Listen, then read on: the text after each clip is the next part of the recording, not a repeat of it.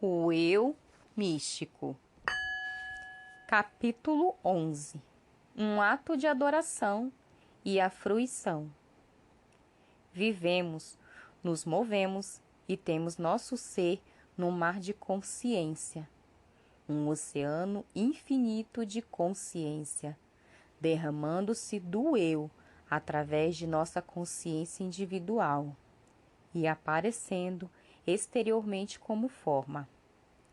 Desde que não nos apeguemos ao eu ou meu, o ritmo daquela consciência continuará a se desenvolver harmoniosamente. As aparências, as formas exteriores serão harmoniosas e nós estaremos vivendo a vida espiritual, vivendo na quarta dimensão da vida.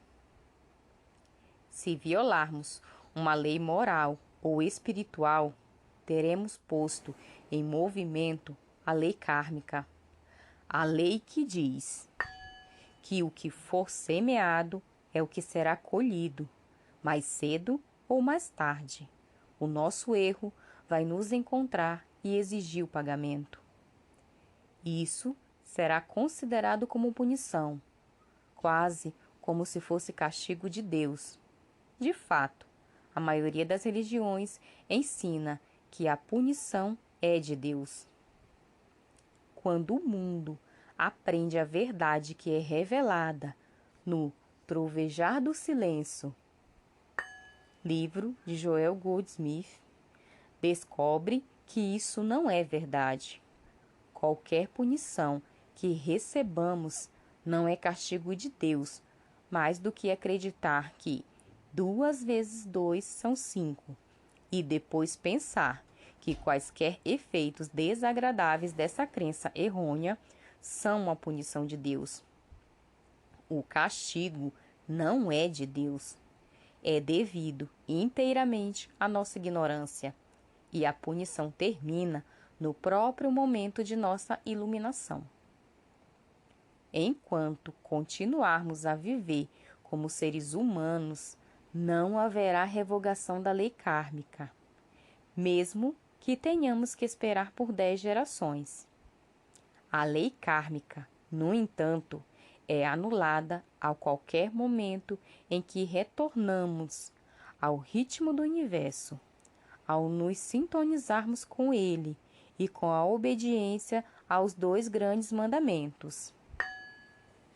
Amai ao Senhor Deus de todo o teu coração, com toda a tua alma e com toda a tua mente, e amai teu próximo como a ti mesmo. Esses 2 mandamentos não são fáceis de seguir. A maioria de nós descobriu que é impossível amar ao Senhor nosso Deus de todo o coração e com toda a nossa alma. E é ainda mais impossível amar o próximo como a nós mesmos. Pessoalmente, eu acho que se alguém alega estar fazendo isso, ele está mentindo, exceto sob uma condição. Isso é, se ele sabe o significado de amar a Deus e se ele sabe o significado de amar seu próximo. Amar a Deus e amar o próximo não tem nada a ver com qualquer emoção. Nenhum destes tem a ver com o amor ou qualquer forma que entendemos por amor, a menos que possamos traduzir a palavra amor em obediência à lei. Vivendo na onisciência, onipotência e onipresença. Amar ao Senhor teu Deus de todo o teu coração e de toda a tua alma e de toda a tua mente significa reconhecer Deus como onisciência, aprendendo assim a abster-se de perguntar ou dizer algo a Deus, ou exigir algo de Deus. Significa observar o silêncio na presença de Deus e aceitar Deus como onipotência. Nunca devemos buscar o poder de Deus, pois com a realização da onipotência e onipresença, não há tempo nem lugar em toda a história onde um poder foi, ou seja, necessário. No reconhecimento da onisciência, há uma exigência de silêncio na presença de Deus. No reconhecimento da onipotência, há uma exigência de silêncio na presença de Deus. No reconhecimento da onipresença, há também uma exigência de silêncio. A única forma de oração aceitável para Deus é o silêncio absoluto, um relaxamento e uma convicção de Deus como onisciência, onipotência e onipresença. Para a graça de Deus, a glória e a perfeição de Deus, é preciso estar quieto, e então o ritmo do universo pode fluir como harmonia, unindo todos os homens na casa de Deus. Em breve, você verá o quanto um ato de compromisso é capaz de cessar o apego ao pensamento, para que você seja capaz de abster-se de lembrar a Deus de suas necessidades ou procurar a ajuda de Deus. Trata-se de um ato de compromisso. Difícil, muito difícil. Mas assim como entrar no silêncio, na presença de Deus, é um ato de compromisso, amar teu próximo como a ti mesmo também é. E para que esse ritmo do universo possa surgir como harmonia, esse ato adicional de compromisso deve ser feito. O significado de amar teu próximo não é muito difícil de entender. Em sua essência, não significa quebrar as barreiras das aflições familiares, nacionais e religiosas. Não significa a união de todos os homens na casa de Deus. Não exige a ruptura e todos os conceitos nacionais, raciais, religiosos e convergir para a única família de Deus, o Pai de todos. Se estamos fornecendo comida para outras nações, até nações inimigas, ou educação para outras crianças que não as nossas, ou pelo menos contribuindo para isso, ou o que quer que façamos para os nossos semelhantes com uma natureza desinteressada, esse é o ato que prova a nossa aceitação do mandamento de amar o próximo como a nós mesmos.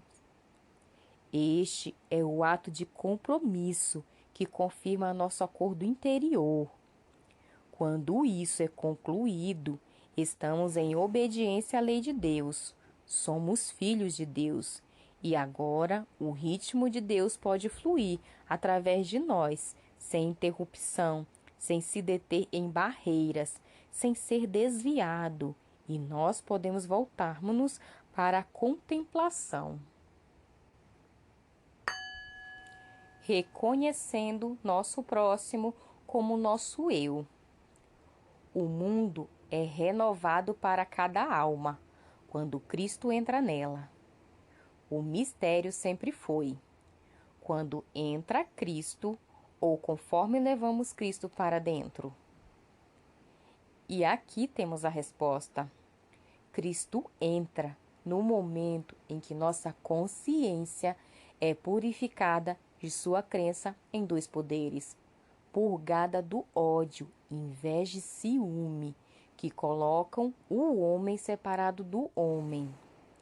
Tão logo o ritmo do universo esteja funcionando dentro de nós, o Cristo entra em nossa alma e o mundo se torna novo, porque não só estamos amando o nosso próximo, mas estamos amando o nosso próximo concretamente.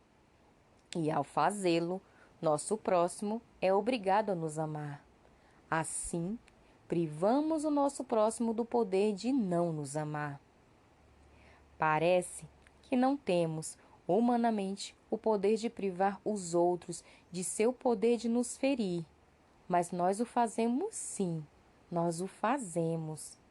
fazemos com que seja impossível sermos mal interpretados ou maltratados, porque há apenas um eu. E o que ocorre com a consciência do meu ser, ocorre também com a consciência de seu ser, por causa de nosso reconhecimento de um único ser. No momento em que eu amo o meu próximo como a mim mesmo, faço de sua consciência e de minha consciência uma única e mesma consciência, respondendo, portanto, à mesma influência. Ao amar o meu próximo como a mim mesmo, privo este mundo da sua capacidade de enviar armas contra mim. Mas isso também é um ato de compromisso. Este é um ato de compromisso, mas, no entanto, isso não acontece em um único dia. E depois, daí em diante, nos absolveríamos de qualquer responsabilidade. Não é um ato de compromisso que acontece não só todos os dias da nossa vida, mas geralmente, muitas vezes, em cada dia. Toda vez que encontramos uma pessoa, ela nos obriga a outro ato de compromisso, porque o mesmerismo humano é tal que nós automaticamente vemos esse indivíduo como um ser separado dos outros a quem fomos anteriormente reunidos. Atos contínuos de compromisso aceleram a morte do sentido pessoal. Claro, você vê que isso resolve-se finalmente em morrer diariamente para aquele senso pessoal de eu. Mas não acredite, nem por um momento, que você pode morrer completamente nessa palavra eu. Parece que isso é uma impossibilidade neste plano. Pode vir um momento em que o Cristo será elevado tão alto em nossa consciência que o pequeno eu desaparecerá. Mas se isso alguma vez já aconteceu, nós não temos registro disto. Nota do tradutor Giancarlo Salvani. No meu entender, sim, justamente Jesus Cristo. Fim da nota do tradutor. Sabemos que o sentido pessoal do eu estava presente com Jesus quando estava pregando contra os oficiais da igreja e os cambistas, aqueles de altas posições, aqueles que exigiam sacrifício de animais. Sabemos que o sentido pessoal de eu estava lá quando perguntou aos seus discípulos: Não podereis vigiar comigo uma hora? Nota do tradutor Giancarlo Salvani. Já me expressei a respeito, que, embora acompanhe o argumento do autor, não concordo com seus exemplos sobre a personalidade humana de Jesus Cristo. Fim da nota do tradutor. Portanto, não é provável que em toda a nossa extensão terrena morramos inteiramente no sentido pessoal do eu. Porém, podemos minimizar os efeitos nesse sentido pessoal do eu por atos contínuos de compromisso com o amor de Deus de todo o nosso coração, alma e mente, e no amor ao nosso próximo como a nós mesmos. Uma razão para a nossa fé. Enquanto continuamos a fazer isso e descansamos em silêncio na presença de Deus, o ritmo flui adiante. No entanto, não cometa o erro que tanto daqueles no caminho espiritual cometeram. Não se deixe levar pela fé cega. É certo, ter fé em que 2 vezes 2 são 4, ou ter fé que H2O é água, mas não tenha fé em você nem sabe o que, pois isso é perigoso. Portanto, quando você está em silêncio na presença de Deus e você está esperando esse ritmo de vida fluir através de sua consciência como harmonia para o mundo exterior, tenha certeza de que você tem uma razão para sua fé. Essa razão é que chegamos ao conhecimento que esse eu é o nome de Deus.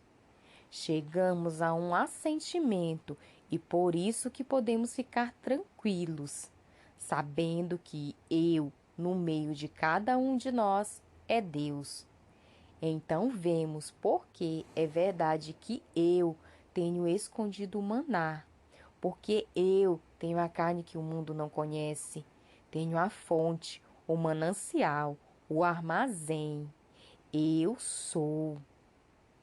E porque a infinidade da vida, a imortalidade da vida é armazenado no eu que sou, posso me aquietar e deixar esse ritmo fluir, vindo diante de mim, andando ao meu lado, atrás de mim e aparecendo quando necessário, como uma nuvem de dia e uma coluna de fogo à noite, como uma viúva pobre com bolos assados na pedra, ou como a multiplicação de pães e peixes. O milagre é o silêncio. Aqui novamente repito uma lição anterior. Não acredite que há milagres sobre a terra, que qualquer homem pode multiplicar pães e peixes ou fazer manar cair do céu, ou que a água vem de rochas. Não há provisão em todo o reino de Deus para isso. Aquiete-se e saiba que eu posso te dar água. E esse eu, como você se lembra, é a presença de Deus, diante da qual nos calamos. Apenas saiba que eu posso multiplicar pães e peixes, e esse eu, do qual nós postamos em completo silêncio. Então, nós podemos contemplar como os pães e os peixes são multiplicados. Podemos contemplar águas vivas fluindo, águas curativas. Nós podemos contemplar a palavra de Deus revelando-se como pão, carne e vinho. Podemos ver a palavra de Deus aparecendo externamente como uma atividade da graça divina. Mas lembre-se disso. E nunca se esqueça, nenhum homem na face do globo pode realizar um milagre, exceto o milagre do silêncio. Nunca se esqueça, nenhum homem na face do globo pode realizar um milagre, exceto o milagre do silêncio. Para a maioria de nós, isso é em si um milagre, se nós formos capazes de alcançá-lo. Fique quieto pelo espaço de 1 segundo, e então você verá o eu, que não usamos ou manipulamos, mas que contemplamos na quietude, em silêncio. Este eu aparece externamente como harmonia em nossa experiência. Ele também aparece como um poder que fecha a boca do leão e detém o Pilatos deste mundo. Quando a Escritura diz: maior é aquele que está em vós do que aquele que está no mundo. Você consegue ver exatamente o quão maior, quão mais poderoso? O poder de Deus está dentro de nós e sua fortaleza pode ser trazida para o reino externo pela nossa tomada de atitude como contempladores, ficando completamente quietos na presença do eu que somos. A lei kármica é rompida quando o sentimento pessoal é retirado. É contra esse eu que nossos pensamentos se batem. Quando a nossa parte humana se entrega aos ódios humanos, amores e medos humanos, às dúvidas e à ignorância humana. Quando eles se batem contra esse eu, ricocheteiam de volta como aquilo que nós chamamos de punição. É isso punição?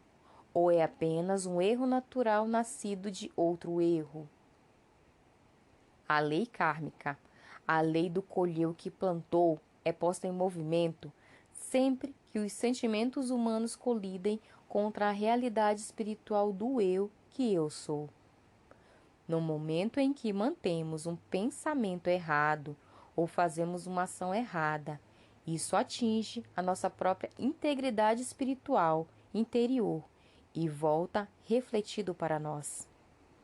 Como os resultados nem sempre são visíveis no momento, às vezes pensamos que podemos escapar deles, mas inevitavelmente eles nos alcançam. E então podemos nos perguntarmos: por que sofro com isso? Por que isso tem que acontecer comigo? Nós esquecemos a lei que pusemos em movimento, violando nossa própria integridade espiritual. Felizmente, podemos corrigir isso a qualquer momento, retirando o sentido pessoal do eu, que se entrega a amores, ódios ou medo, tornando-nos contempladores diante da presença do Espírito, o eu que está dentro de nós. Isso nos absolve de todos os nossos erros e sanções. O perdão vem quando o eu dissolve o sentido pessoal. Não há necessidade de pedir perdão por nossos erros. Não há essa integridade do eu que tudo sabe. E ele já sabe se o outro eu foi dissolvido. Quando uma nuvem obscurece o sol não alcança a terra. Mas quando a nuvem se dispersa, o sol volta a brilhar na terra. O sol sabia que a nuvem estava ali para impedir que ele chegasse à terra. O sol parou de brilhar? É isso que é o eu no centro do seu ser e do meu ser. Nossa integridade espiritual e individual, sempre brilhando. Eis que então uma nuvem fica no caminho. E qual é a natureza dessa nuvem? O sentido pessoal, o sentido humano do eu. Mas essa integridade infinita que é nossa, que eu sou, mantém-se brilhando. E como a Escritura diz, todo joelho se dobrará. Isso significa que cada nuvem deve eventualmente ser dissipada no curso do tempo. A luz que eu sou dissipa todo o sentido pessoal e então a glória que eu tive convosco antes que o mundo existisse está em plena evidência para o mundo, e o mundo diz: esta é a glória do Senhor. Mas o eu que nós somos não toma conhecimento de que está queimando a negatividade do sentido pessoal de você e de mim, que nos entretém. Ele nem sabe. Nossa integridade espiritual está apenas brilhando, e mais cedo ou mais tarde essa negatividade se evaporará. E o eu que nós somos nem sequer sabe que houve um sentido pessoal do eu para ser perdoado. Não adianta dizer: por favor, me perdoe, porque enquanto houver um eu para pedir perdão, não haverá verdadeiramente perdão. Mas quando há um coração saudoso, inclinando-se por perdão, este é o motivo certo, que é o processo de purificação.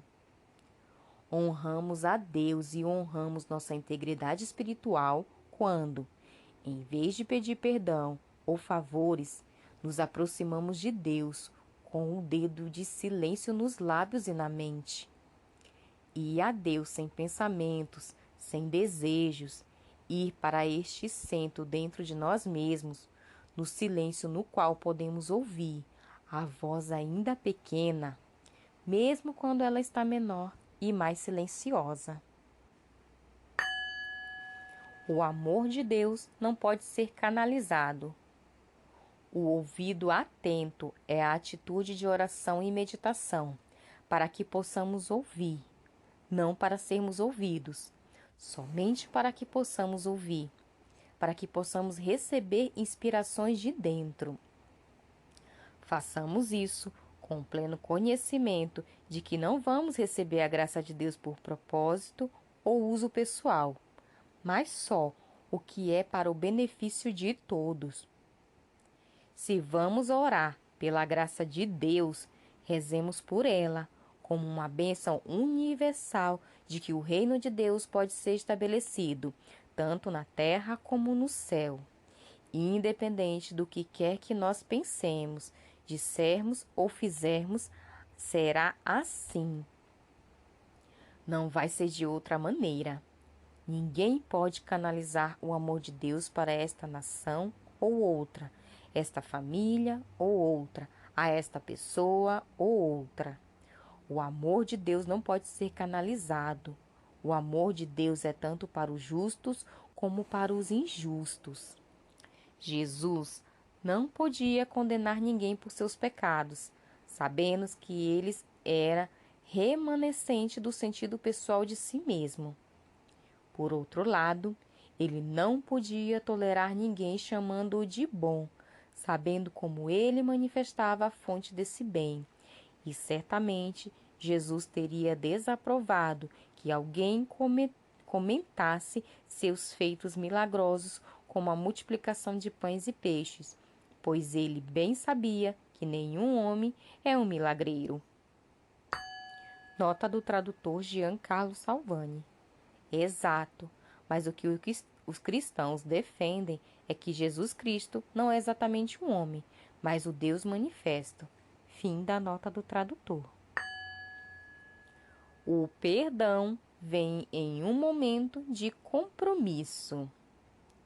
Deus não deu a ninguém meios de ser operário milagroso, mas o homem, em silêncio, torna-se a transparência para o próprio Espírito milagroso. Sem isso, um egoísmo poderia surgir para sempre, negando para sempre aquele espírito interior. Se alguma vez pudéssemos ser feitos para acreditar que o homem mortal é ou pode ser espiritual, ou que o homem mortal é ou pode ser o Filho de Deus, então se seguirá toda a estupidez que faz as pessoas acreditarem que podem ir para a igreja no domingo e por algum copos ser perdoado e em seguida reiniciar seus malfeitos no dia seguinte, carregando com eles também a sua falta de caridade, a sua falta de benevolência, de perdão e fraternidade. Como eles poderiam então serem purificados? Os hebreus ensinaram, e ainda o fazem, que em um dia do ano, observando os rituais daquele dia, eles são perdoados. Mas isso é impossível. Ninguém é perdoado se mantém sua consciência em dessemelhança com Deus. Não pode ser perdoada, tem que ser abandonada. Quando ela, a consciência separada de Deus, é abandonada, ela não existe e não precisa ser perdoada. Portanto, o único perdão é quando o Espírito transcendente entra e nos purifica. E isso não precisa ser em um determinado dia do ano. Acontece em um determinado momento e geralmente no momento de compromisso. O poder não está nas palavras, mas na consciência. Não confie em palavras, mantras ou orações. Se as palavras e os pensamentos vêm, eles são ferramentas, as ferramentas de trabalho. Mas o poder está na consciência, através das qual as palavras vêm. Deus é a consciência individual. É por isso que nos sentamos em silêncio, com a disposição de ouvir, sem palavras e sem pensamentos, na presença do eu que sou. Para o exterior dessa consciência serena, vem a palavra que é poder. Pode vir como um grande número de palavras e pensamentos, mas não se apegue às palavras e pensamentos, porque então você perde o poder.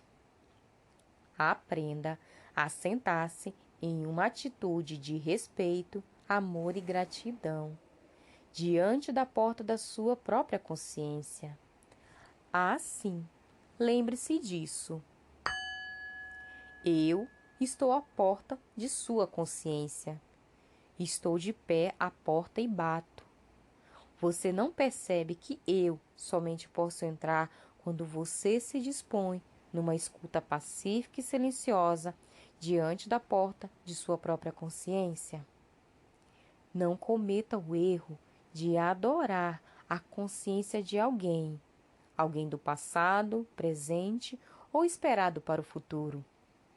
Aprenda a compreender que eu estou à porta da sua consciência, santo ou pecador, e com você aprendendo a sentar-se em silêncio respeitoso, vou abrir-me a você, vou revelar-me como poder, presença, carne, vinho e água. As palavras que você pensa nunca multiplicarão pães e peixes. Os pensamentos que você pensa nunca curarão ninguém de seus males. O poder está na consciência, e quando ela se proclama, a terra derrete. Deve haver um você e um eu sentado aos pés do mestre, mas sentado aos pés do mestre onde? Sentados dentro de nossa própria consciência, em silêncio e em segredo, não dizendo a ninguém o que estamos fazendo, e ali recebendo o pão, o vinho, a carne, a água e a palavra. Ouvir é a atitude correta para a oração. Não há Deus e homem. Não há Deus que responda a qualquer oração de cima ou de fora. E tenha certeza que não há graça de Deus para o erro. Orar pela graça de Deus enquanto ainda se é indulgente e conivente com o sentido pessoal de si e do mundo é como pedir aos analfabetos que trabalhem num problema de matemática superior. Não adianta tentar reivindicar a espiritualidade para si mesmo. Não vale a pena tentar reivindicar a cristandade ou a deidade para uma entidade.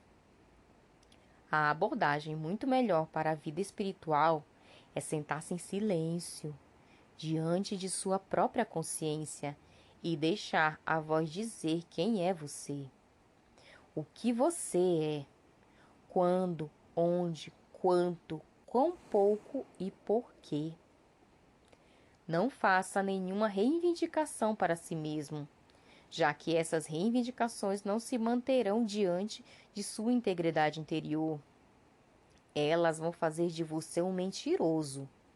Mantenha o dedo nos lábios. Se eu sou um santo, tudo bem, Deus o fez.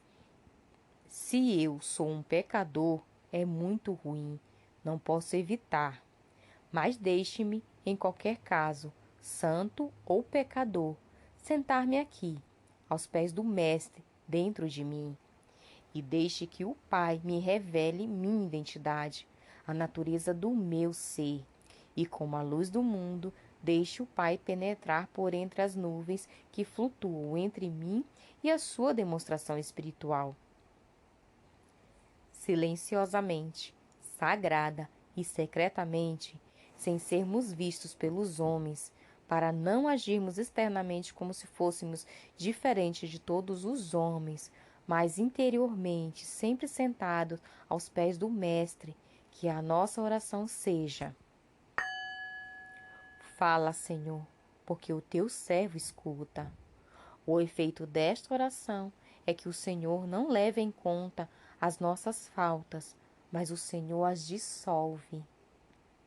Em todos os meus anos no Ministério de Ensino e Cura, Deus nunca me disse sobre um erro de qualquer pessoa.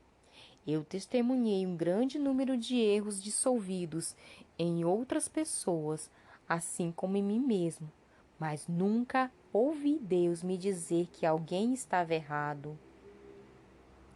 Falar a Deus e elevar pensamentos até Deus é um puro desperdício de tempo. Qualquer coisa que você puder dizer ou pensar, obrigatoriamente se chocaria quanto à nossa integridade espiritual interior e saltaria de volta para nós, porque a verdade não está em nós como seres humanos, mas para realmente manter uma atitude de receptividade à palavra que nos é transmitida, a atitude é outra. É esta da oração, da meditação, da cura, a atitude de ser um espectador dos milagres de Deus. Sei que mais e mais literatura oriental vai ser lida com o passar do tempo, e mais autoilusão vai acontecer no meio da interpretação errônea, por acreditar que há milagres, mas não há milagres. Alguém através dos quais os milagres ocorrem só pode ser uma transparência através da qual o Espírito executa o milagre. É isso. Alguém através dos quais os milagres ocorrem só pode ser uma transparência através do qual o Espírito executa o milagre. É isso.